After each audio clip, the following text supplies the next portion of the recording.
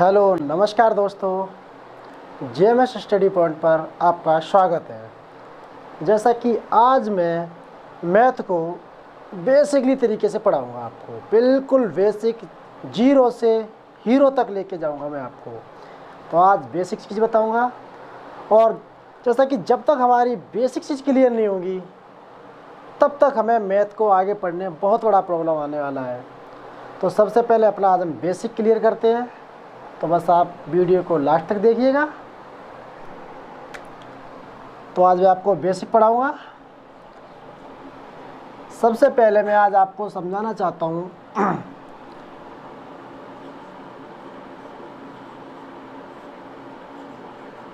कि सम संख्या आपने सुना भी होगा और आप जानते भी होंगे कि सम संख्या किसे कहते हैं।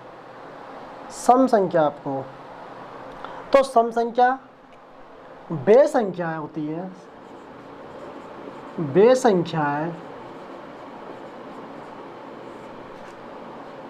जिनका इकाई अंक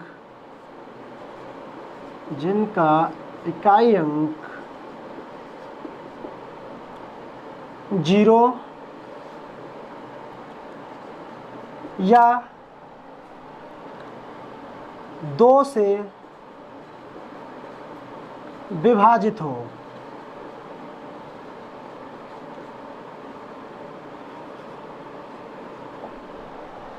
पहली सम संख्या वे संख्या होंगी जिनका इकाई अंक या तो 0 होना चाहिए या फिर इकाई अंक जो भी हो वो 2 से विभाजित होना चाहिए। जैसे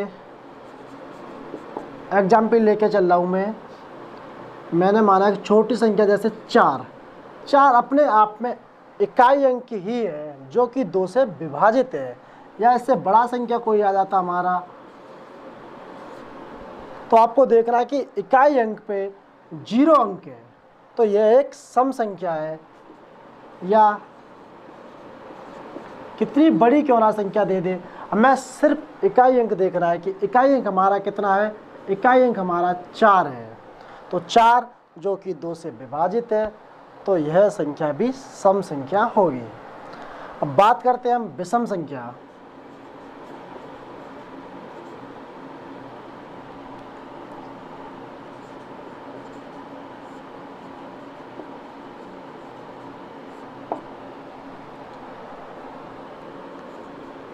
वे संख्याएं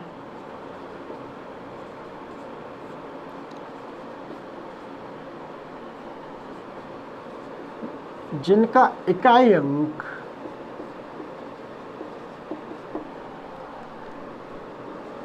दो से विभाजित नहीं हो, अतः इसमें इकाई अंक जो होगा वो 2 से विभाजित नहीं होगा, अतः 0 भी इसमें इकाई अंक पर नहीं होगा, क्योंकि 0 होगा तो वो संख्या सम संख्या बन जाएगी। जैसे कि एग्जाम्पल,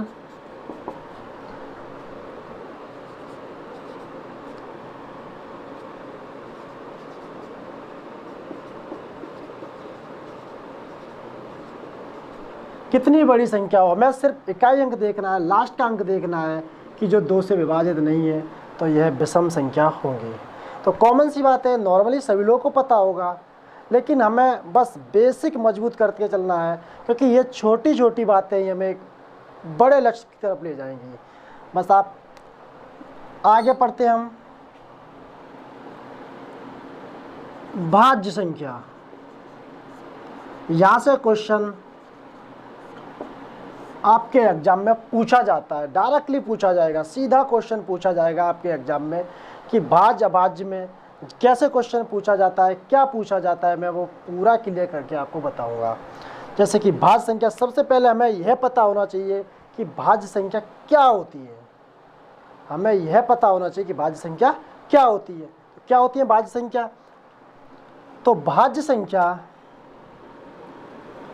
वे संख्या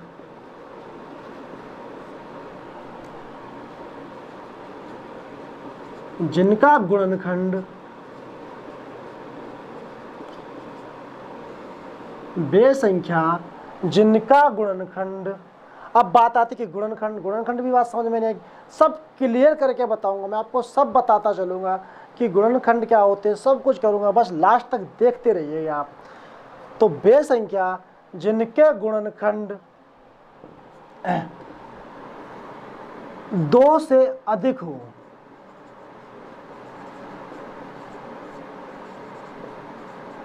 अर्थात 2 से अधिक का मतलब मेरा ये है कि 2 से अधिक हो, यानी 2 से अधिक होने चाहिए, जैसे कि 3, 4, 5, यानी 2 से अधिक कितना भी हो, पर मिनिमम 2 से अधिक होना चाहिए।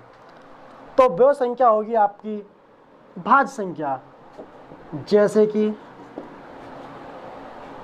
अब बात आती है कि जैसे कि मान लो सपोज 4, बात आती है गुणनखंड कैसे पता चलेगा। तो सबसे पहले हमें यह पता करना है कि गुणनखंड क्या होगा, कैसे पता करना है, और किसके 2 गुणनखंड होंगे और कौन सी संख्या अधिक हो, कैसे क्या होगा। जैसे कि सबसे पहले हमें गुणनखंड पता करना है कि ये 4 है, यह संख्या ऐसी है कि 1 से सभी संख्याएं विभाजित होती है या 1 सभी का गुणनखंड होता है। तो एक तो सभी का गुणनखंड होता है, यह संख्या एक तो 4 से कटेगी या फिर 4 1 इसका गुणनखंड 1 होगा, और दूसरा मुझे पता है 2 से भी विभाजित हो जाएगी, एक दूसरा गुणनखंड इसका 2 होगा, और यह संख्या 4 से भी विभाजित होगी, यह संख्या 4 यानी खुद से भी विभाजित होगी। तो इसके गुणनखंड जो हो गए मेरे हिसाब से 1 या 4 जो है 1 से भी कटेगी, या इसका गुणनखंड 1 भी है, 2 भी है और 4 भी है। तो इसका मतलब हमारा परिभाषा क्या कहती है कि जिसके गुणनखंड 2 से अधिक हो। तो गुणनखंड कितने हो गए, 1, 2, 3। तो यह संख्या हमारी कैसी होगी, भाज्य संख्या होगी।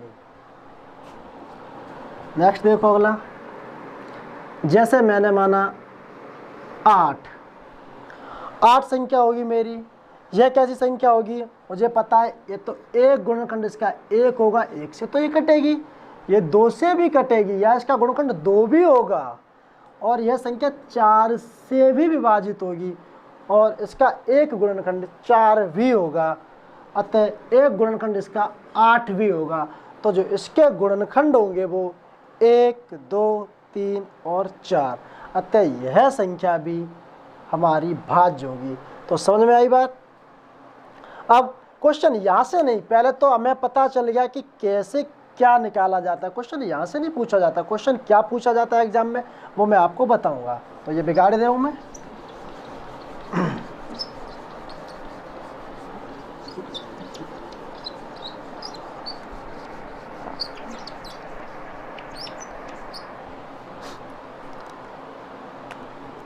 अब बात आती है कि क्या 2 हमारी भाज्य संख्या है या अभाज्य संख्या। सबसे इंपॉर्टेंट क्वेश्चन है, सबसे ज़्यादा पूछा जाता है कि 2 भाज्य संख्या है या अभाज्य संख्या। तो सबसे पहले हमारा डेफिनेशन के अकॉर्डिंग, हमें सिर्फ डेफिनेशन के अकॉर्डिंग चलना है कि हमारी परिभाषा क्या कहती है कि वे संख्या जिनके गुणनखंड 2 से अधिक हो वह संख्या ही भाज्य होगी। तो 2 आप पता कर लो, ये 1 से विभाजित होगी या 1 इसका गुणनखंड होगा और 2 इसका गुणनखंड होगा। अतः हमारी डेफिनेशन या परिभाषा यह कहती है कि वे संख्या जिनके गुणनखंड 2 से अधिक हो वही संख्या भाज्य होगी। इसके गुणनखंड हमें 1 और 1 2 मिल रहे, अतः यह संख्या हमारी भाज्य संख्या नहीं होगी। अब बात आती है तो फिर 3 भी नहीं, क्योंकि 3 भी हमारी 1 से विभाजित होगी और 3 से विभाजित होगी, अतः यह भी हमारी संख्या भाज्य संख्या नहीं होगी। अब आती है बात 4 जो है, अभी हमने एग्जाम्पल में भी पढ़ा था कि 4 एक भाज्य संख्या है, क्योंकि 4 का 1 गुणनखंड 1 होता है, 1 से भी विभाजित हो जाती है, अतः 2 से भी विभाजित हो जाती है और 4 से भी विभाजित हो जाती है। अतः 1, 2, 3 इसके 3 गुणनखंड हैं, अतः 4 जो है एक भाज्य संख्या है। और क्वेश्चन यहीं से पूछा जाता है कि सबसे छोटी भाज्य संख्या कौन सी होगी। तो सबसे छोटी जो भाज्य संख्या होगी वो मेरी 4 होगी। यह क्वेश्चन सबसे ज़्यादा पूछा जाता है एग्जाम में। तो बात समझ में आई कि सबसे छोटी जो भाज्य संख्या होगी वो हमारी 4 होगी। और अगर आपको समझ में आ रहा है, अच्छा लग रहा है, अगर ये लग रहा है कि यह वीडियो आपके लिए हेल्पफुल है तो मेरे चैनल GMS स्टडी पॉइंट को सब्सक्राइब करें, और अभी तक आपने लाइक नहीं करा है तो इसको लाइक ज़रूर करें। और आप देखते चलिए आगे, और मज़ा आने वाला है इस वीडियो में। तो अब पता चल गया हमें कि सबसे छोटी, तो मैं लिख देता हूँ, सबसे छोटी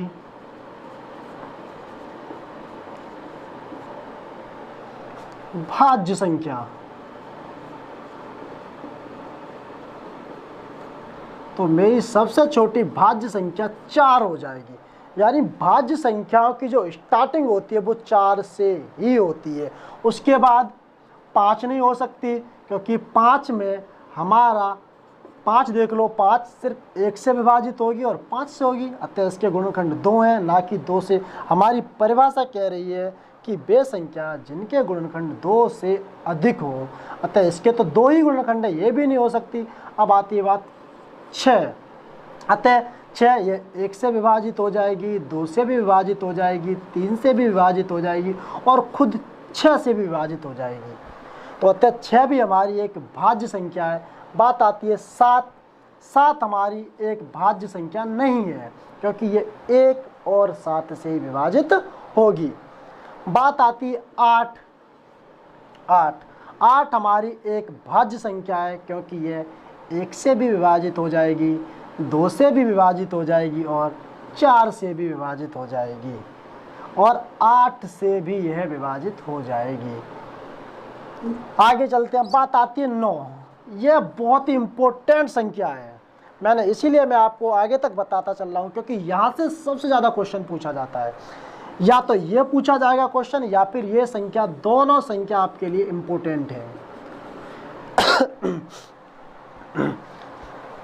क्योंकि 9 एक भाज्य संख्या है। 9 एक भाज्य संख्या, क्योंकि ये 1 से विभाजित हो जाएगी, 3 से विभाजित हो जाएगी और यह 9 से भी विभाजित हो जाएगी। या हम कह सकते हैं कि 9 के 3 गुणनखंड होंगे, 1, 3 और 9। अब क्या इम्पोर्टेंट है, आपको यह पता होना चाहिए कि यह क्वेश्चन कैसे पूछा जाता है। यह क्वेश्चन एग्जाम में पूछा जाता है कि सबसे छोटी विषम बात आती है विषम, सबसे छोटी विषम भाज्य संख्या ज्ञात कीजिए।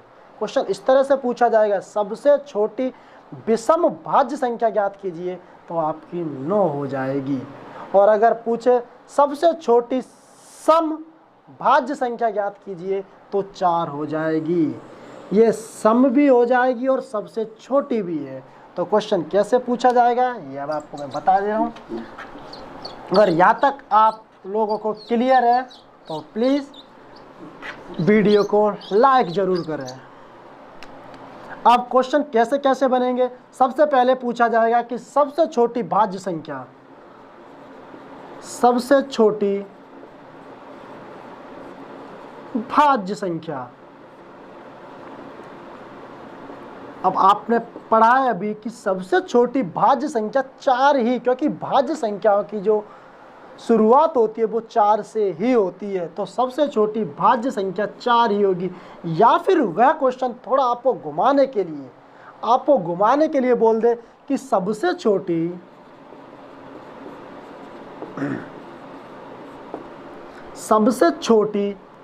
समभाज्य संख्या।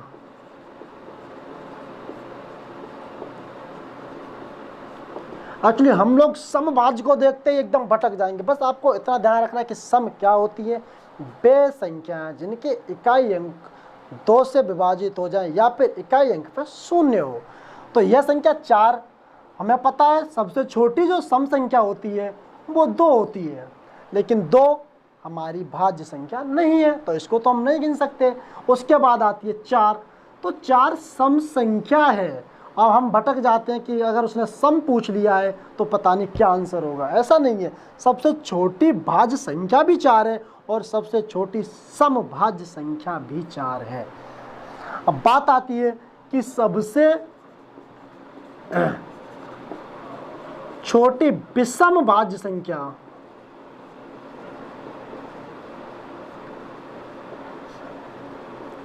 तो वो होगी 9।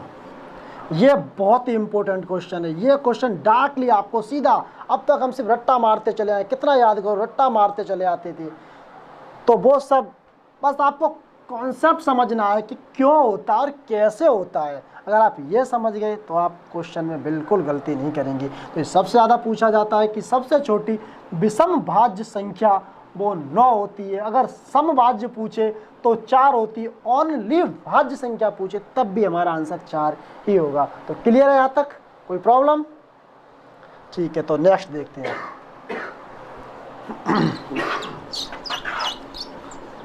अगर आपको लग रहा है कि हकीकत में आपको कुछ समझ में आ रहा है या कुछ अच्छा है तो वीडियो को लाइक जरूर करें।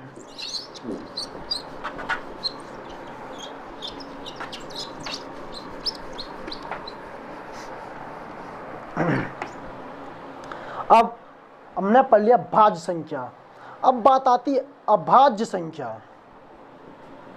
यहां से भी क्वेश्चन बहुत पूछे जाते हैं। अभाज्य संख्या,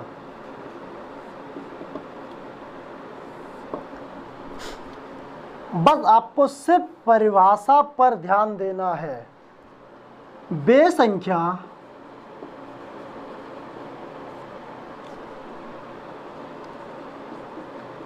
जिनके केवल 2 गुणनखंड होते हैं।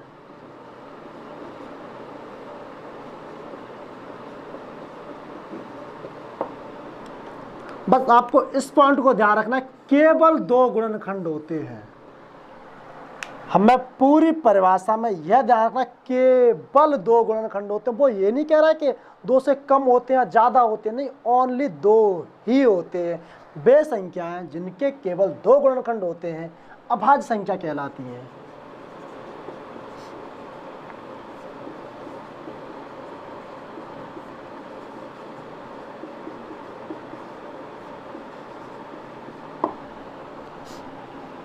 अब आप समझ गए होंगे। जैसे एग्जाम्पल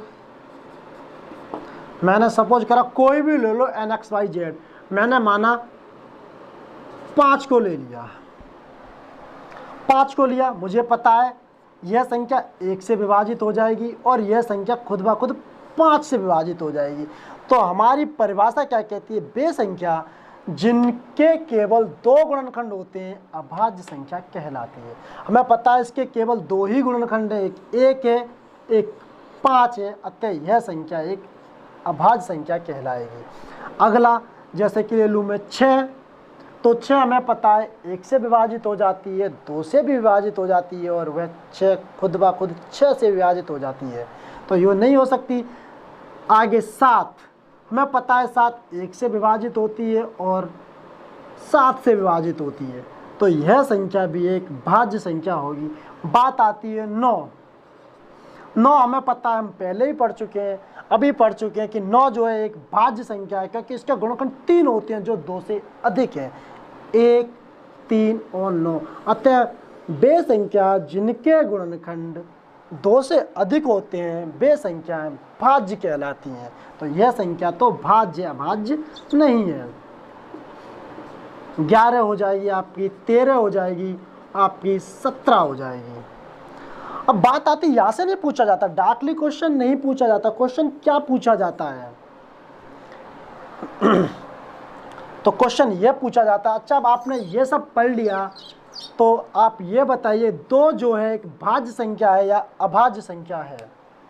पूरे दुनिया में एक 2 ही ऐसा नंबर है, 2 ही एक ऐसा नंबर है पूरी दुनिया में कि सम भी है और ये अभाज्य भी है। बस इस क्वेश्चन को आप इम्पोर्टेंट टिक कर लो। यह क्वेश्चन सीधा डायरेक्टली पूछा जाता है कि दुनिया में सिर्फ एक ही नंबर 2 ऐसा है जो सम भी है और अभाज्य भी है, क्योंकि हमारी परिभाषा के अकॉर्डिंग चलना हमें सिर्फ कि 2 के गुणनखंड केवल 1 से विभाजित होगी और यह 2 से विभाजित होगी। इसके गुणनखंड कितने हो गए? 1 और 1 2। और हमारी परिभाषा कहती है कि वे संख्या जिनके केवल 2 गुणनखंड होते हैं अभाज्य संख्या कहलाती है। तो 2 एक ऐसी सम संख्या है, 2 ही एक ऐसी सम संख्या है जो सम भी है और अभाज्य भी है। ठीक है, अब बात आती है तो फिर एक कैसी संख्या है, क्या एक भाज्य है या अभाज्य है? एक जो है, नंबर एक जो है वो भाज्य है या अभाज्य? मेरा क्वेश्चन आपसे यह है कि एक भाज्य संख्या है या फिर अभाज्य संख्या है। क्वेश्चन यह बनता है, ये सबसे ज्यादा पूछा जाता है एक फिर क्या है। आपको क्वेश्चन ध्यान रखना है कि केवल दो ही एक ऐसी संख्या है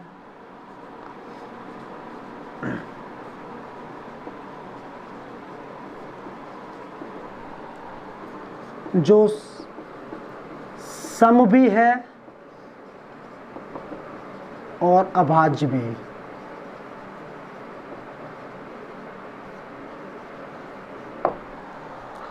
अच्छा, तो फिर बात आती है फिर एक क्या है। अब हम एक क्या है, हमें कुछ नहीं देखना है, सिर्फ हमें अपनी परिभाषा पर ध्यान देखना। जो भी पूछे हमें अपनी परिभाषा पर ध्यान देना है। क्या एक क्या है? एक, क्या एक के कोई गुणनखंड हो जाएंगे? एक सिर्फ एक से ही विभाजित होगा, अतः इसका एक ही गुणनखंड है। और हमारी परिभाषा में तो ऐसा कोई भी नहीं आया था, ना तो भाज्य में आया था ना ही अभाज्य में आया था, क्योंकि भाज्य भी वे होती है संख्या जिनके गुणनखंड दो से अधिक होते हैं, तो इसका तो केवल एक ही गुणनखंड है। फिर हमने कहा नहीं, भाज्य नहीं है, अभाज्य। अभाज्य वे संख्या होती है जिनके केवल दो गुणनखंड होते हैं, तो पर इसका तो एक ही गुणनखंड है। अब क्या, ये क्वेश्चन सबसे ज्यादा पूछा था और हम लोग सबसे ज्यादा कंफ्यूज हो जाते हैं। जैसे ही क्वेश्चन में ऑप्शन आता है कि अभाज्य संख्या, सबसे छोटी अभाज्य संख्या ज्ञात करो, सबसे छोटी अभाज्य संख्या, ऑप्शन होता है आपका एक, फर्स्ट ऑप्शन होता है एक, सेकंड ऑप्शन होगा आपका दो, थर्ड ऑप्शन होगा आपका तीन और फोर्थ ऑप्शन होगा आपका चार। हम सबसे पहले इसको काट देते हैं कि दो, अरे दो तो सम संख्या है, दो तो हो ही नहीं सकती है भाज्य संख्या। हम सबसे पहले जो आंसर सही था उसको ही कट कर देते हैं, हमें पता है क्योंकि हमारे दिमाग में तक यही सेट हो चुका है कि सम है, अरे सम है तो ये तो भाज्य संख्या हो ही नहीं सकती। एक, हाँ एक तो है, एक हो सकता है, क्योंकि आप अब चाहे आप इसको टिक करो, चाहे इसको टिक करो, चाहे इसको टिक करो, क्योंकि सही ऑप्शन तो आपने पहले ही हटा दिया है। अब आपका क्वेश्चन गलत हो जाता है। तो फिर कहूँगा मैं, सिर्फ आप परिभाषा पर ध्यान दो कि मैंने क्या कहा कि वे संख्या जिनके केवल दो गुणनखंड होते हैं अभाज्य संख्या कहलाती है। तो एक का तो केवल एक गुणनखंड हो रहा है, जो ना ही भाज्य संख्या है ना ही अभाज्य संख्या है। मैं कह रहा हूँ एक ना तो भाज्य संख्या है ना ही अभाज्य संख्या है। फिर बात आती है कि फिर एक क्या है, फिर एक क्या है, मैं वो भी बताऊंगा एक क्या है। तो सबसे पहले अभी हम भाज्य की बात कर रहे हैं, अभाज्य और भाज्य की बात कर रहे हैं। अब क्वेश्चन आपका यहां से पूछा जाता है, तो हमने अभी पढ़ा कि दो जो है एक ऐसी सम संख्या है, या फिर दुनिया में दो ही एक ऐसी संख्या है जो सम भी है और भाज्य भी है, सॉरी अभाज्य भी है।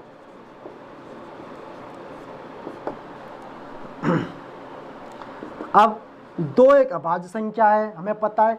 तीन भी एक अभाज्य संख्या है, क्योंकि एक से और तीन से इसके दो ही गुणनखंड हो रहे हैं। पाँच एक अभाज्य संख्या है, क्योंकि एक और पाँच। सात एक अभाज्य संख्या है, क्योंकि एक और सात गुणनखंड है। नौ अभाज्य संख्या नहीं है, नौ की गलती मत करना, नौ सबसे ज़्यादा पूछा जाता है क्वेश्चन। मैंने इसीलिए कहा था कि सबसे छोटी विषम भाज्य संख्या वो मेरी नौ होती है। अभी पढ़ा था हम लोगों ने कि सबसे छोटी विषम भाज्य संख्या नौ होती है, नौ अभाज्य नहीं होती है, ध्यान रखना। तो 11 हो जाएगी, 13 हो जाएगी और आपकी 17, ठीक है, क्योंकि इसके गुणनखंड हो जाएंगे 1 और 11, इसके हो जाएंगे 1 और 13 और इसके हो जाएंगे 1 और 17। अब बात आती है, क्वेश्चन पूछा था कि सबसे छोटी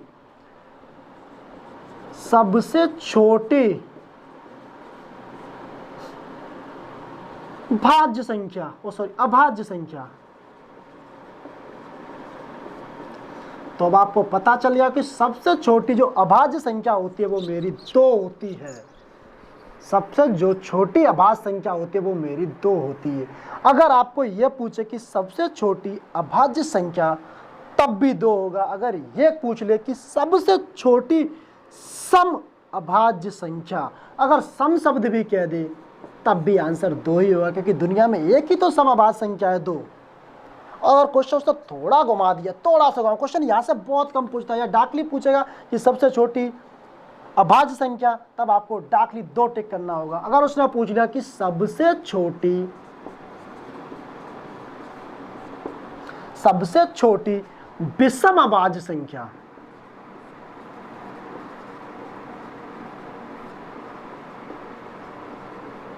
तो आपका आंसर 2 नहीं होगा। आप विषम देखिएगा, हमें पता है विषम जो होती है वो 3 से स्टार्ट होती है, 3 से स्टार्ट होती है, तो वो 3 हो जाएगी। अच्छा, अब एक मेरा क्वेश्चन है, आप बताइएगा। अब आपको समझ में आ गया होगा, उम्मीद करता हूँ कि आपको अच्छे से समझ में आया होगा कि हमने ये पढ़ लिया कि अभाज्य संख्या है 2 जो है वो सबसे छोटी अभाज्य संख्या है, सम भी अभाज्य संख्या है, और सबसे छोटी विषम अभाज्य संख्या 3 है। हमने ये पढ़ लिया, सब कुछ पढ़ लिया। अब बात आती है तो फिर सबसे बड़ी विषम अभाज्य संख्या कौन सी होगी। क्वेश्चन थोड़ा घुमा देगा, देखो थोड़ा सा घुमाएगा, आपको लगेगा पता नहीं क्या बोल दिया उसने, कि सबसे बड़ी सम अभाज्य संख्या। आपको ये लगेगा कि सबसे बड़ी सम अभाज्य, मैं फिर भी कह चुका हूं, बस आपको सिर्फ इस पे ध्यान नहीं देना है, आपको अपना कॉन्सेप्ट पे ध्यान देना है कि क्या बताया मैंने। सम कि दुनिया में एक ही तो सम है, 2, चाहे उसको छोटी मान लो चाहे बड़ी मान लो, चाहे उसको छोटी मान लो या बड़ी मान लो, 2 ही एक ऐसा नंबर है जो सम भी है और अभाज्य भी संख्या है। तो बात आती फिर एक क्या है। एक जो है मैं बता रहा हूं, एक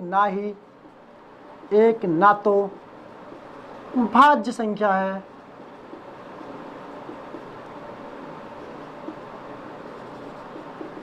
और ना ही अभाज्य। फिर एक क्या है, एक प्राकृतिक संख्या है, क्योंकि प्राकृतिक जो संख्या होती हैं वो 1 से स्टार्ट होती हैं। जो प्राकृतिक संख्या होती हैं, प्राकृतिक जो संख्या होती हैं वो 1 से स्टार्ट होती है अंत तक।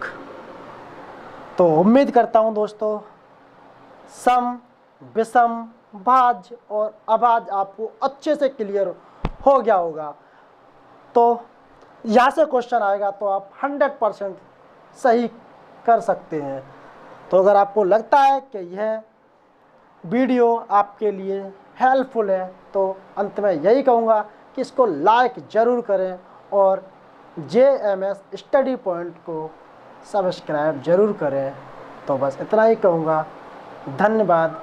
जय हिंद दोस्तों।